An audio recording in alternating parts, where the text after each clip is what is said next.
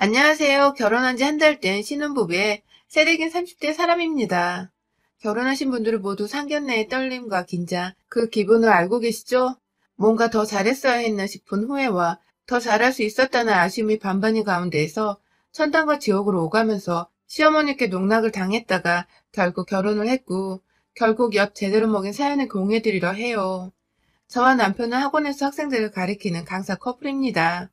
저희가 처음 만난 곳은 함께 근무를 했던 어느 한 대형 학원이었어요. 그곳의 원장님은 오랫동안 싱글이셨는데 그 때문인지는 모르겠으나 사내에서 연애를 하거나 커플이 생기는 꼴을 절대로 가만 보지 못하셨었어요. 실제로 비밀 연애를 해서 선생님들만 아는 사이 커플이었음에도 불구하고 여러 번 일방적인 해고를 당한 선생님들이 계셨었고, 원장님이 사내 왕따를 조장해서 거의 혼자 밥 먹고 혼자 지내다가 결국 수업 배치도 제대로 받지 못한 채 겉돌다 그만둔 분들도 계셨습니다. 이런 상황이라 저도 쉽사리 원장님 말씀에 거역하려 하는 생각을 못했었고, 무조건 학원 규칙에 복종하면서 나는 내 커리어만 잘 쌓는 선생이 되고자 다짐을 해왔었죠. 연애를 했어도 학원 밖에서 친구들의 소개로 어쩌다 연애를 해왔고, 연애를 해도 일이 너무 바쁘고 1년 내내 남들 퇴근하는 시간에 저는 학원에서 계속 학생들 강의하고 참석하고 상담하다 새벽이면 퇴근을 하는 직업이었던지라 연애가 그리 오래가지를 못했습니다. 일방적으로 퇴짜를 맞았다고 표현을 하는 게 더 정확하겠네요. 그러다가 30 되던 그 해에 제 심경에 정말 많은 변화가 있었습니다. 바로 학원 내에서 동료로 남편을 만나게 된 것이었습니다. 남녀가 어떻게 서로 눈이 맞고 사랑에 빠지는지는 하늘만 아는 일이라 생각이 들었어요. 남편과 알게 되면서 더욱 뼈저리게 느꼈던 것 같습니다. 늘 마음을 다잡고 일하던 저조차도 정말 한순간에 그 사람에게 사랑에 빠져버리고 말았으니까요. 그날도 아주 평범하게 출근했는데 웬 처음 보는 선생님께서 제 대각선 방향의 자리에 앉아 계시더라고요. 최근에 그만둔 선생이 계시지도 않았고 새로운 선생이 오신다는 말을 들은 게 없었던지라 누구시냐고 물어보려는 찰나에 원장 선생님께서 등장하셨어요. 새로운 선생님을 고용했다며 무슨 대학 출신의 무슨 전공, 나이는 몇이고 강남 상구에서 알아주는 과외 선생님이셨다면서 다른 직원들이 궁금하다고 물어볼 법한 대답들을 모두 대신해 주셨어요. 그 바람에 일부는 20대 초반처럼 생겼는데 벌써 내일 모레 30이라며 저보다 3살 어렸던 남편의 외모에 놀라있고, 저는 저대로 절 자꾸 쳐다보면서 눈이 마주쳤던 남편과 찌릿찌릿한 감정을 느꼈었죠. 그땐 그게 좋아하는 감정의 시작인 줄도 몰랐고, 그냥 왜 저렇게 저 사람은 나와 눈이 마주칠까 싶어서 나 좋아한다는 착각에 빠지지 않으려고 부단히도 제 마음을 다잡았답니다. 그렇게 한동안도 계속 마주치면 인사만 주고받던 사이였는데 저희 두 사람이 아주 완전히 가까워진 계기가 있었습니다. 강의를 마치고 집에 가려 차에 타려 하는데 뒤에서 남편이 저를 부르더라고요. 출근길에 차가 고장나서 수리점에 맡기느라 퇴근길에 차 탈 생각을 못했다면서 집이 가까우면 태워주고 멀면 제 집 근처에 있는 아무 숙박시설에 묵을 테니 가는 길에 호텔이나 모텔이 보이면 세워달라더군요. 아리송한 마음이 든 채 집이 어디냐고 했더니 완전히 저와는 다른 방향이었어요. 제가 아무리 호감이 있어서 호의를 베풀어주고 싶어도 그 새벽에 집 반대 방향까지 남자를 바래다주고 퇴근을 하려니 앞이 깜깜하더라고요.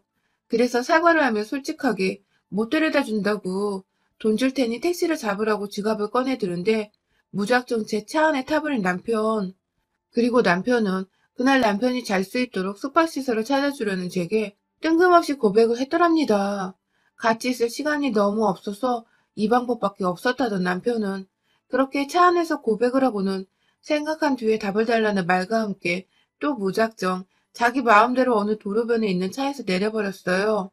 정말 황당했지만 기분이 나쁘진 않았어요.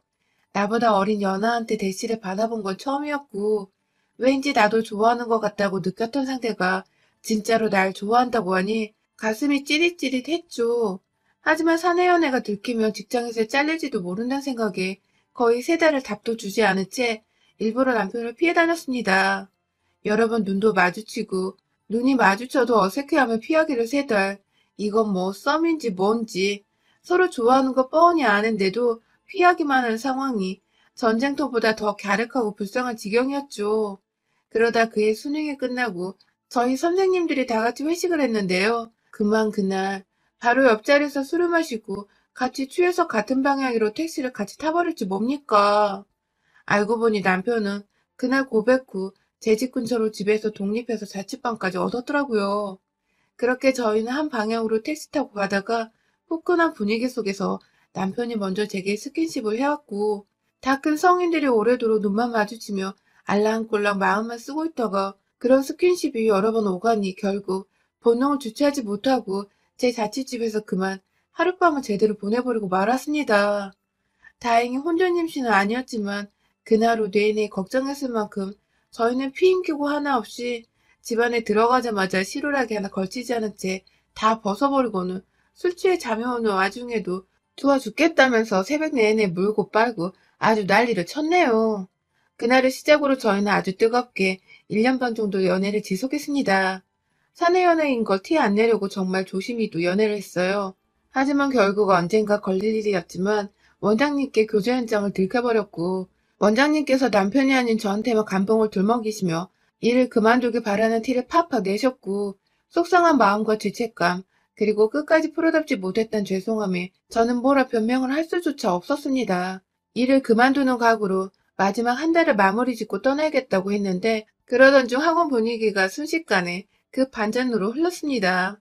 글쎄 남편이 저를 진지하게 사랑하고 있고 곧 결혼을 할 거라고 저한테 해야 할 프로포즈를 원장님께 대신 해버렸고, 결국 저와 남편은 순수히 사랑을 갈구한 남녀로, 그리고 원장님은 그런 커플을 남녀 분열도 모자라 한쪽만 일방적으로 해고시키려 한 깐깐한 사장이 되어버리고 말았죠. 결론은 제가 그 일로 실제 해고가 되었고, 원장님의 평판은 결국 직원들 사이에서도 뒷담화로 더 악화가 되어 어쩌다 보니 저희 남편을 포함해 몇몇 선생님들이 독립해서 학원을 차리게 되었어요. 그때가 코로나 시국이라 자영업하는 게 얼마나 힘든지, 그리고 답이 없는지를 잘 알고 있었지만 그래도 함께 으쌰으쌰할 사람들이 주변에 있는 것만으로도, 그리고 선생님들을 따라서 학원을 옮기는 학생들을 보며 저도 일만의 가능성을 봤죠. 결국 저도 자연스럽게 남편의 학원에서 취업을 해 일을 하게 되었고요. 그리고 저희 부부는 완전히 결혼이 확정시되어 부랴부랴 사업 시작 후에 남편은 여유가 생기자 제게 다시 프로포즈를 해줬고, 곧 상견례 날짜도 잡았어요.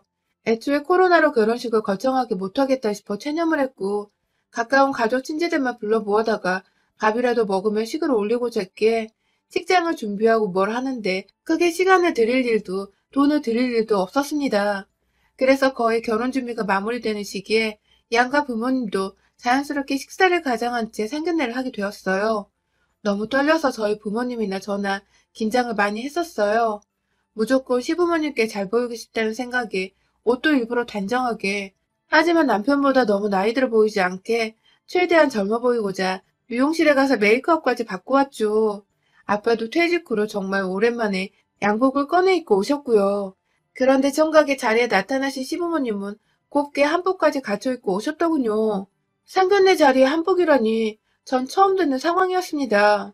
먼저 상견례 자리에 와 있던 남편도 내심 놀란 눈치였고, 저희 부모님의 표정은 이루 말할 수 없었죠. 겨우 상견례인데 이렇게 한복을 갖춰 입고 나타나시면 결혼식 때 뭘 입으려 하시나 싶어서요.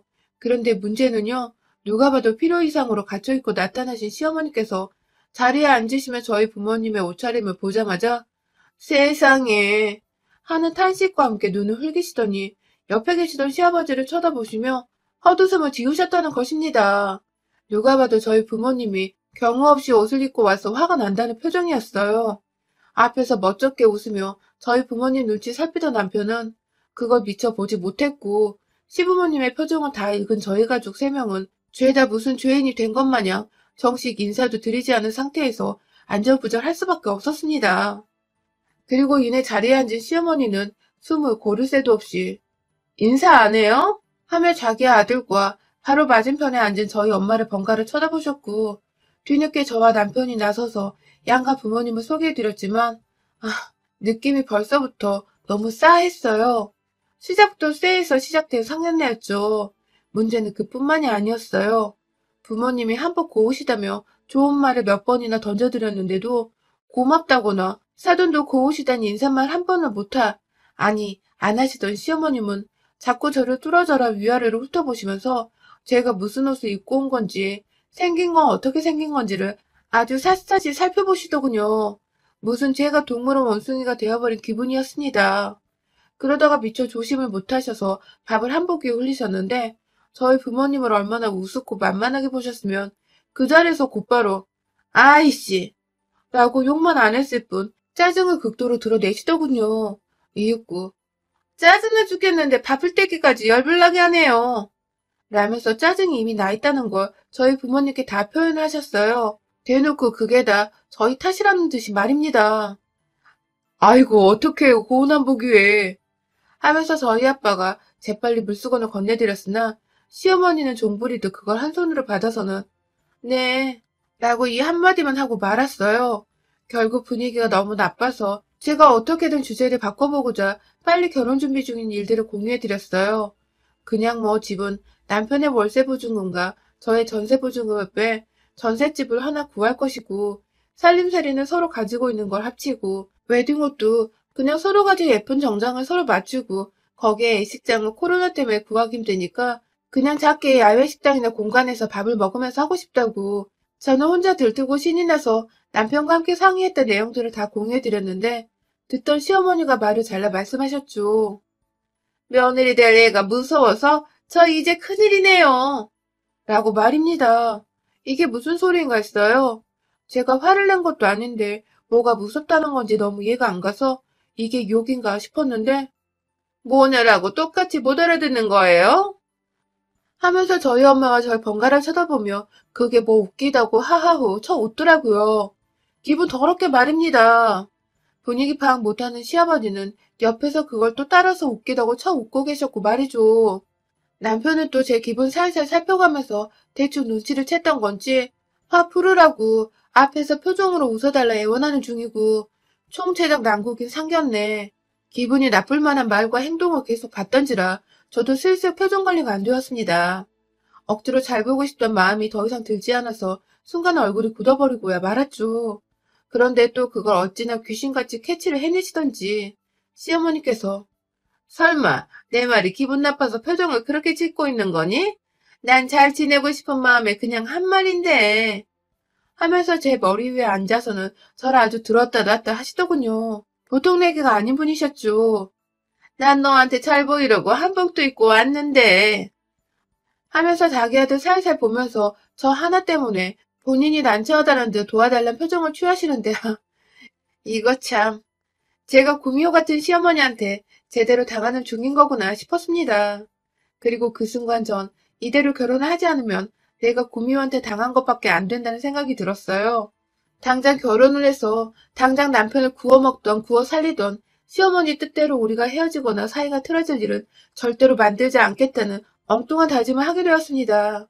전 남편이 계속해서 좋아 죽겠었는데 꼴보기 어린 시어머니로 인해 억지로 헤어질 마음은 일도 없었으니까요.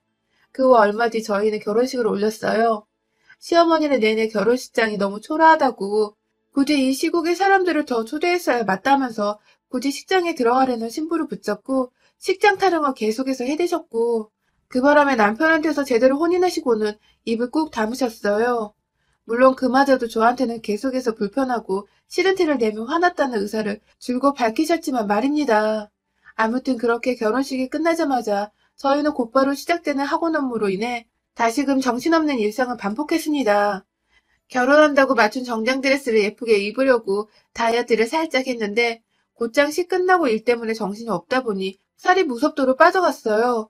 거의 40kg 중반까지 내려가서 신경 써가며 제 몸도 챙기던 때였죠. 신혼집은 학원 근처에다가 구했습니다. 제가 제 전세 보증금을 뺐기에 제 돈도 더 많이 들여서 구한 전셋집이었어요. 안에 채워놓은 가전들은 둘 다 미니멀을 지향하는 사람들이기도 했고 있던 것들만으로도 충분히 사는 게 가능했어서 따로 구입을 필요로 했던 침대 말고는 딱히 돈 나갈 일이 없었고 살면서 차근차근 서로의 취향에 맞는 것들을 사서 채워나가고자 했습니다. 둘 다 충분히 대화를 나누고 서로 동의를 해서 결정한 일들이었어요. 그런데 거의 전날 새벽까지 수업 준비로 날을 새고서 비몽사몽한 상태로 출근해서 일하던 중간에 학원 책상에서 1시간 정도 잤던 날 시어머니가 문자를 딱 하나 보내셨어요. 집 비밀번호 뭐야? 하고 말입니다.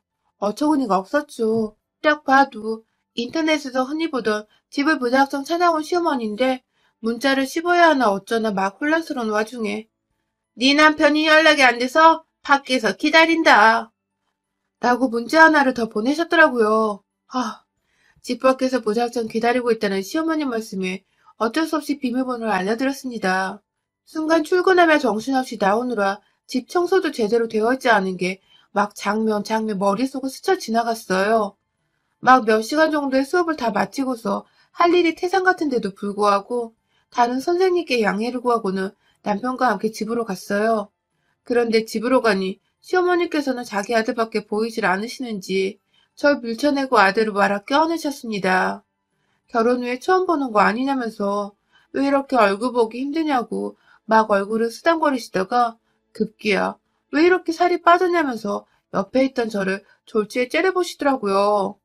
결혼 때보다 살이 빠졌으면 제가 몇 배를 더 빠진 상태였는데 말이죠. 끝까지 저와는 인사를 나누지 않으신 시어머니는 반찬이라며 이것저것 싸우셨다고 하시는데 보아하니 남편이 다 좋아라는 것들이더라고요. 그걸 굳이 1인분용으로 싸우셔서는 냉장고에 넣으시면서 자기 아들을 보며 어떻게 먹어야 한다고 설명을 하시는데 전 그 순간 그 공간에서 완전히 투명인간이 되어버린 기분이었습니다. 결국 남편이 알았어. 와이프랑 맛있게 먹을게. 하면서 저를 들먹여줬고 그러자 시어머니는 그래라 하는 단답만 건넨 채 바로 남편 따라 집구경을 하고 집안을 샅샅이 뒤지다가 도로 집으로 돌아가셨어요. 저희가 다시 저녁 수업이 있어서 출근해야 했기 때문입니다. 그런데 그날 저녁부터 저의 시련은 본격적으로 시작이었어요. 글쎄 시어머니가 문자를 아주 장문으로 보내셔서는 한다는 말이 집을 갔더니 집이 개판이었다고 사람 사는 곳이 어떻게 그 모양이냐며 저랑 살고 나서 남편이 더 이상 깔끔도 못 도는 것 같고 길을 못 펴고 사는 게 아니냐더군요.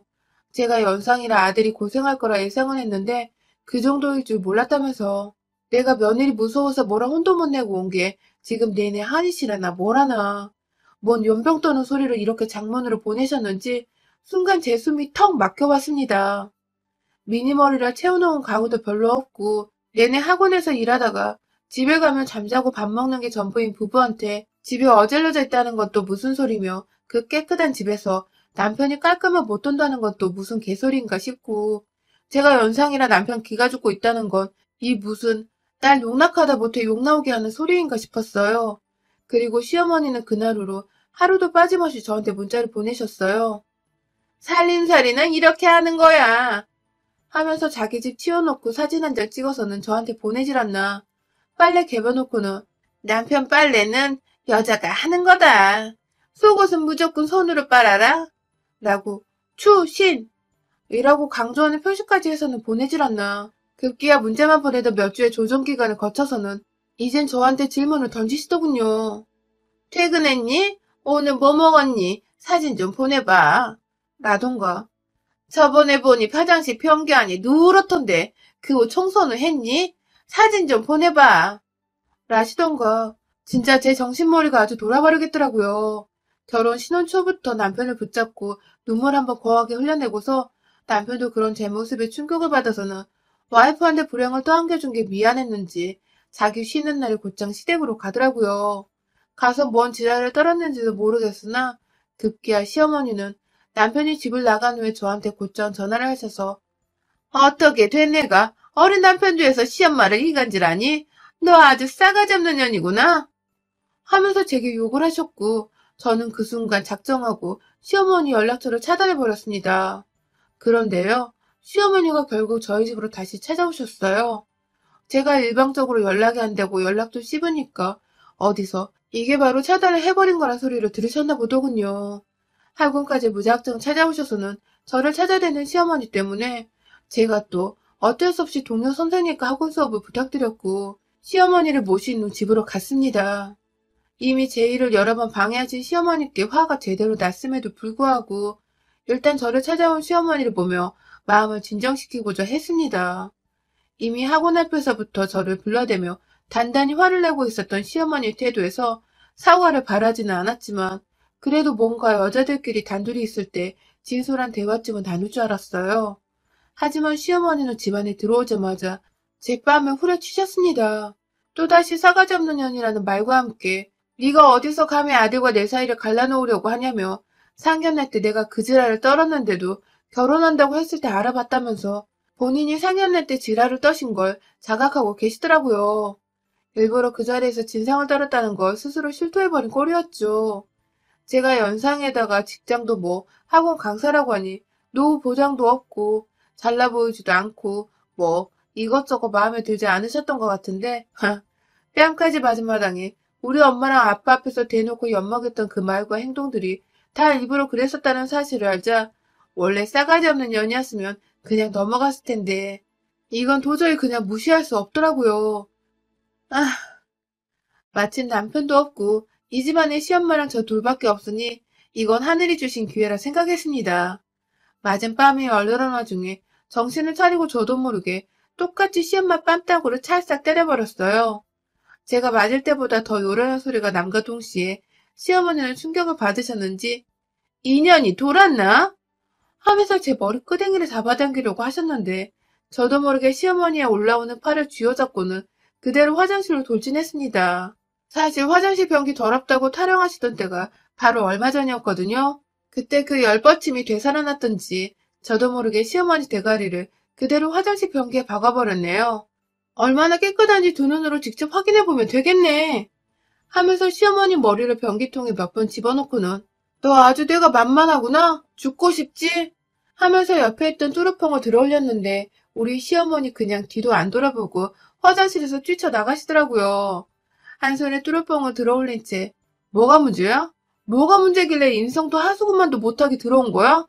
하면서 몇 달 쳐보겠다고 달려드니 지 얼굴에서 퍼런 세정제가 줄줄 흐르는 줄도 모른 채 도망가려다가 문이 제대로 안 열리니 그 자리에서 철썩 주저앉아 잘못했다고 싹싹 빌더라고요.